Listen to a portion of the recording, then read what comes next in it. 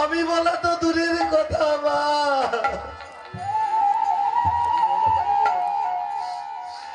সেদিন সমস্ত কিছু শেষ হয়ে যাবে।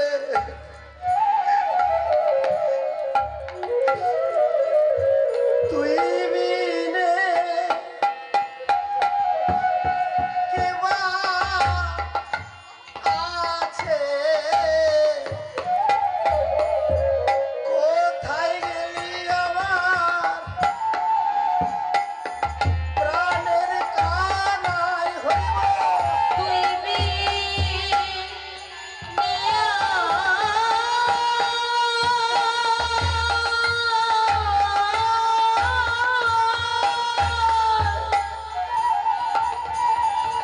আমার কি বা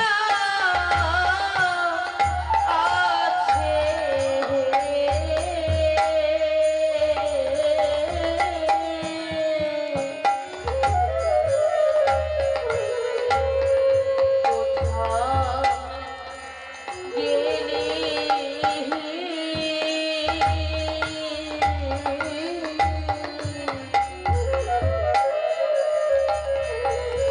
আমার প্রাণে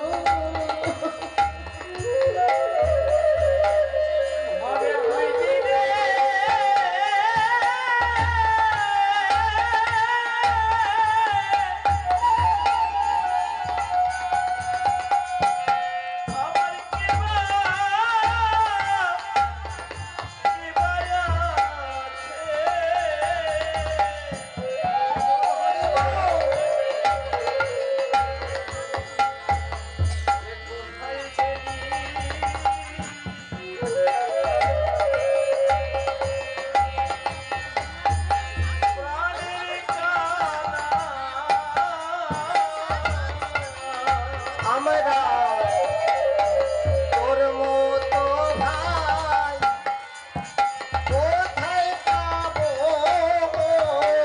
তোর মতো ভাই কোথায় পাবো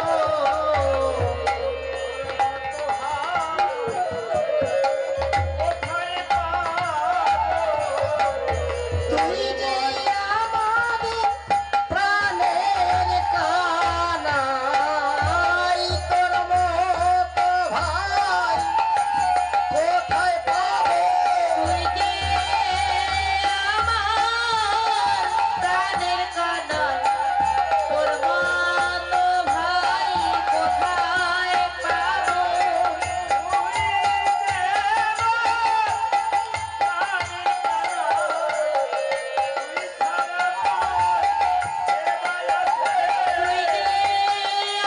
আমার প্রাণের কানাই তোর মতো ভাই কোথায় পাবো তুই যে আমার প্রাণের তুই যে আমার প্রাণের কানাই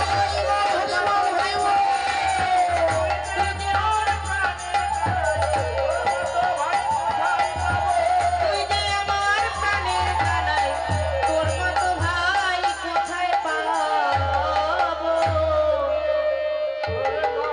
তোর মতো ভাই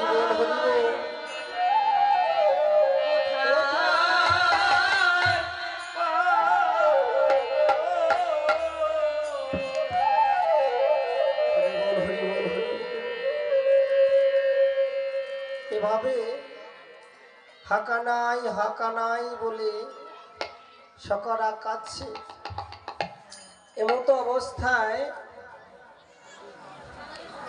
দাদা বলরাম শ্রীরামকে বলছে, আজি পাল জর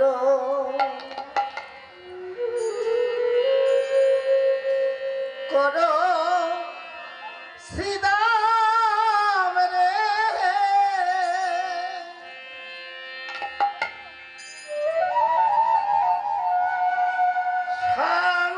শানদাসী ইঙ্গায়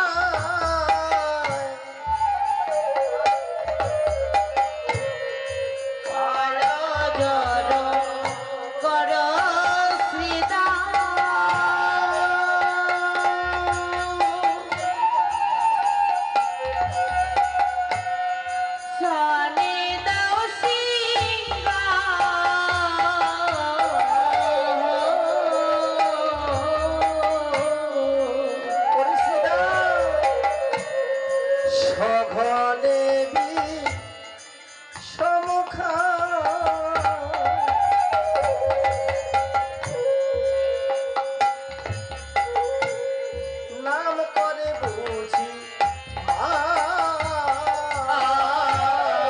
সগনিবি সমখায় নাম করে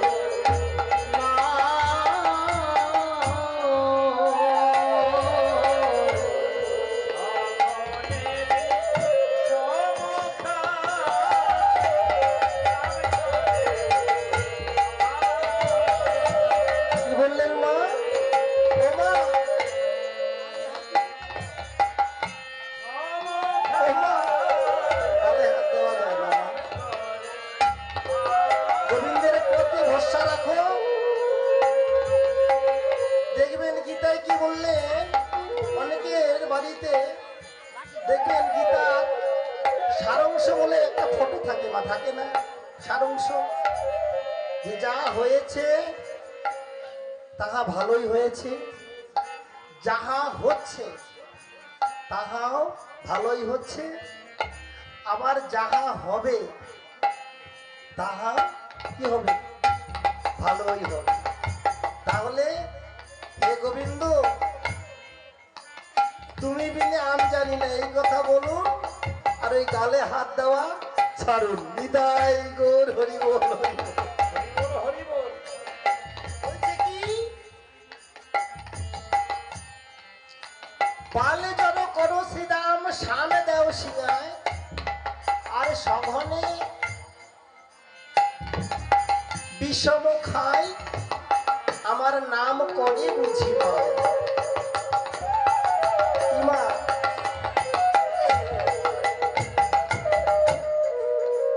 আজকের দিনে না হয় মোবাইল হয়েছে, দিল্লি থেকে ফোন করলে মা এখানে আর একটা মোবাইলে ধরে, বাবা কেমন আছো, ভালো আছো কি? কিন্তু সেদিন তো আর সেই মোবাইল ব্যবস্থা ছিল বাবা, ছিল না। আজ থেকে 5000 বছর আগের কথা, 5000। আমার বাবাই তো মোবাইল দেখলো না। হরি বল, হরি বল। যদি বাঁচি থাকতো তাহলে মোবাইল দেখতো, এতে কোনো সন্দেহ নাই। তাহলে বললেন যে পালে জড় করো শ্রীদাম, সামনে দাও সিংহায়, সঘনে বিষম খায়, নাম করে বুঝি মা। এই যে মা নাম করছে, অনাদির আদি গোবিন্দ কৃষ্ণচন্দ্র ভগবান সেই গোষ্ঠ গোচারণে থেকে কেমন করে জানলো? ভগবান প্রমাণ দিলেন, তৎসহ শিক্ষা দিলেন। পিতাই গৌর হরি বল, হরি বল। অনাদির আদি গোবিন্দের কাছে আমি অধম হয়ে প্রার্থনা করি, যে ছোট্ট বোনটা অনাদির আদি গৌর গোবিন্দের সেবার নিমিত্তে 20টি টাকা দান করলেন, ভগবান তার মঙ্গল করুক এবং কৃষ্ণ পদে যেন মতি হয়, সেই আশীর্বাদ করুন সকলে মিলে। নিতাই গৌর হরি বল, হরি বল, হরি বল, হরি বল।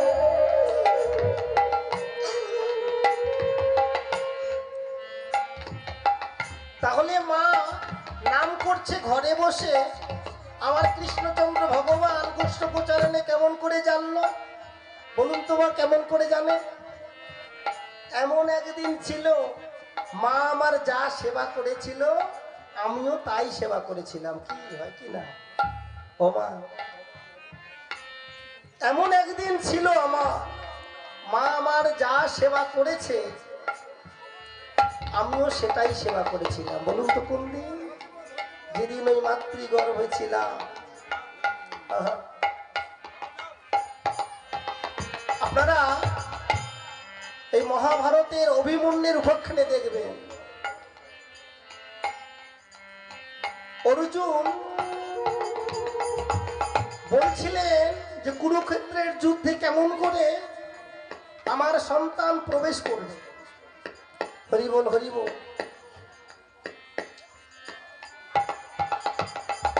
হরি বল, হরি বল। জয় গৌর হরি বল, হরি বল, হরি বল। আর একটি ছোট্ট ভাই রাধা গোবিন্দের সেবার নিমিত্তে 50টি টাকা দান করলেন। তার কৃষ্ণ ভতে ভক্তি হোক, নিতাই গৌর হরি বল হরি বল হরি বল।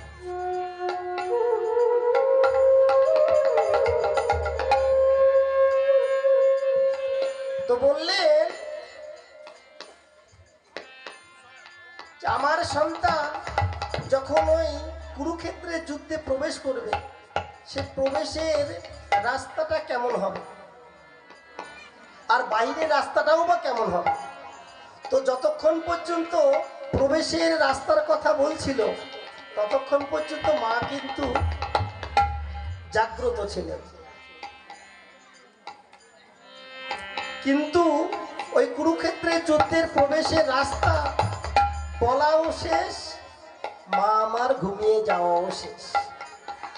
আর মা যখন ঘুমিয়ে গেলেন, মায়ের গর্ভে এই অভিমন্যু তিনিও তো ঘুমিয়ে গেলেন। তাই যখন কুরুক্ষেত্রের যুদ্ধে সপ্তরথীতে বাণে বিদ্ধ হচ্ছিলেন, অভিমন্যু চিৎকার করে বলেছিল, মা সেদিন যদি তুমি ঘুমিয়ে না যেতে তাহলে আজকে আমার এইরকম অবস্থা হতো না। মা জগতের জীবকে শিক্ষা দিলে, আজ ভগবান কৃষ্ণচন্দ্র শিক্ষা দিলে, মা বুঝি মোর নাম করে কেন? মায়ের সঙ্গে আমার সম্পর্ক হচ্ছে নারীর টান। জন্মাবার পরেও যতক্ষণ পর্যন্ত মায়ের সঙ্গে নারীর ছেদন হলো না, ততক্ষণ পর্যন্ত আমার মা যা করলো তাতেই আমার হয়ে গেল, তাই তো? এই জন্যে জগতে আর কারোর সঙ্গে কিন্তু সেই সম্পর্ক আমার নাই। এই জন্যে বাবা মা সবাইকে বা জ্যেষ্ঠদল সবাইকে যদিও শ্রদ্ধা করতেই হবে, এতে কোনো সন্দেহ নাই, কিন্তু আমি ছোট মুখে বড় কথা বলি, যে নাকি তার মায়ের কাছে অপরাধী হবে, ও মা যত বড় সাধু গৌর বৈষ্ণব হও না কেন, কোনো লাভ হবে না, হবে না, হবে না। কেননা আমায় এই ধরায় নিয়ে আসার সময় মা যতখানি কষ্ট করলেন, এরকম কষ্টের দাম আমার মতো হতভাগা সন্তান কোনোদিন দিতে পারবে না। মুসলিম শাস্ত্রে বর্ণনা দিলেন, আমার গায়ের চামড়া দিয়ে মায়ের যদি জুতো বানিয়ে দিতাম, আমার গায়ের চামড়া দিয়ে যদি মায়ের জুতা বানিয়ে দিতাম, তথাপিও মায়ের ঋণের কোটি কোটি ভাগের একটি কণাও শোধ করার মতো আমার কোনো যোগ্যতা নাই।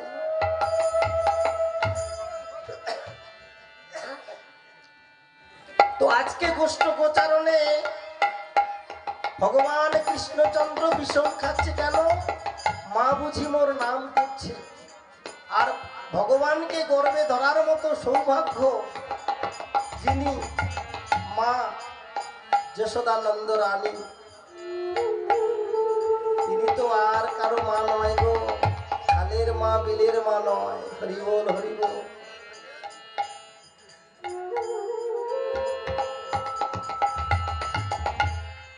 নইলে বিষয় খাবো কেনে, নইলে বিষয় খাবো কেনে, নইলে বিষয় খাবো কেনে,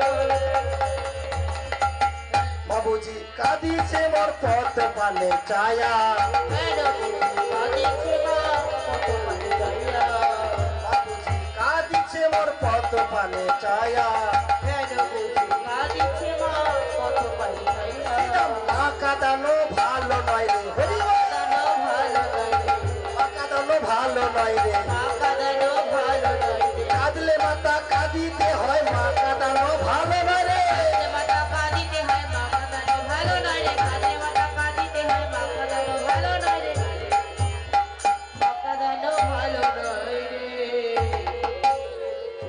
হরি বল তাই কি করলে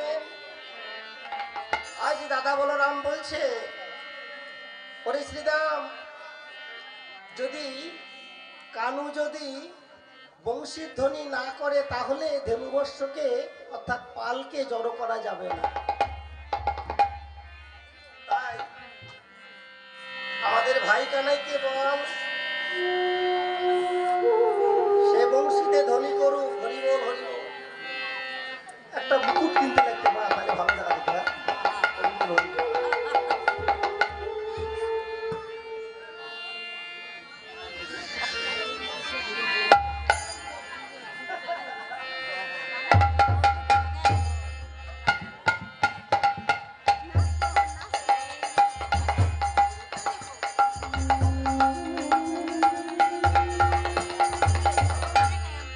সুন্দর দেখা যায় হ্যাঁ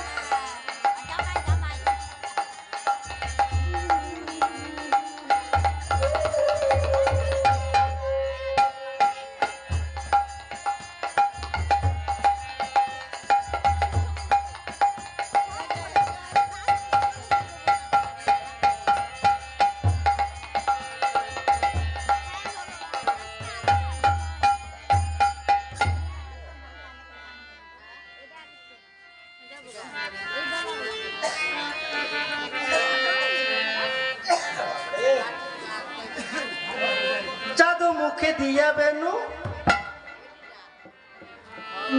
উচ্চ স্বরে ধায় ধেনু আরে জাদু মুখে দিয়া বেরো নাম লইয়া সবে ধরো জাদু মুখে দিয়া বেনু নাম লয়ে সব ধেনু আরে জাদু মুখে দিয়া বেরো ধনি হরি বল। জাদু মুখে দিয়া বেনু আরে জাদু মুখে দিয়া বেরো নাম লইয়া সবে ধরো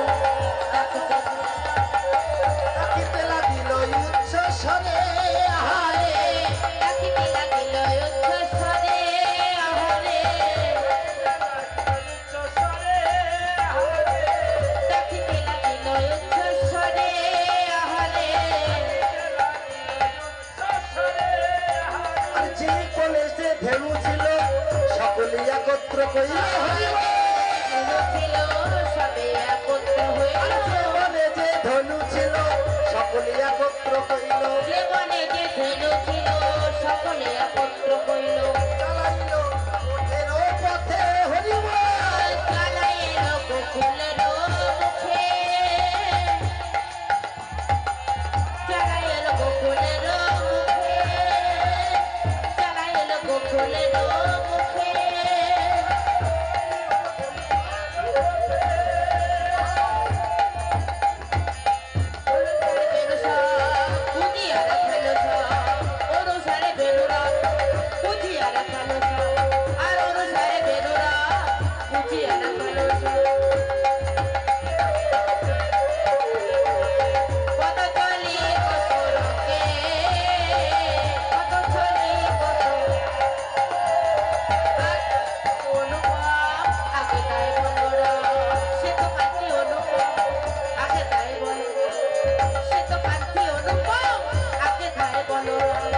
আর সব জানি তোরা জানি রে হায় রে হরি বল। আরো শিশু চলে ডাইনে বামে আহারে আরো শিশু চলে ডাইনে বামে আহারে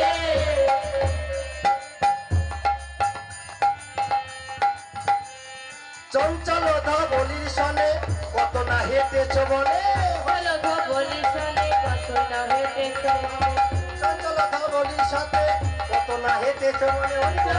ধবলি সনে কত না হেঁটেছ শুকাইছে মলিন বদন হরি বল। সুখায়েছে বলিল বদন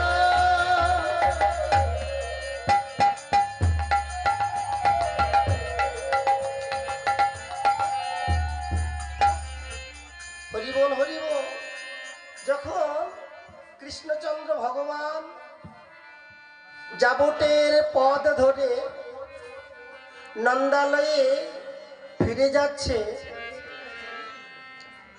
তখন অট্টালিকার উপরে বসে রয়েছে আমার শ্রীমতী রাধারানী। তো অট্টালিকার উপরে বসে থেকে শ্রীমতী রাধারানী বলছে, আমি কেমন করে আমার প্রাণবধূয়ার সঙ্গে দেখা করব। আজকে সখীগণ বলছে, ওহে রাধে, তুমি এই অট্টালিকার উপরে থেকে গোবিন্দকে পাবে না, তুমি অট্টালিকা হতে নেমে এসে আজ দাঁড়াও পথে। হরি বল, হরি বল। ওই নবেশে ওই না বেশে, হরি বল, হরি বল। আইসো তুমি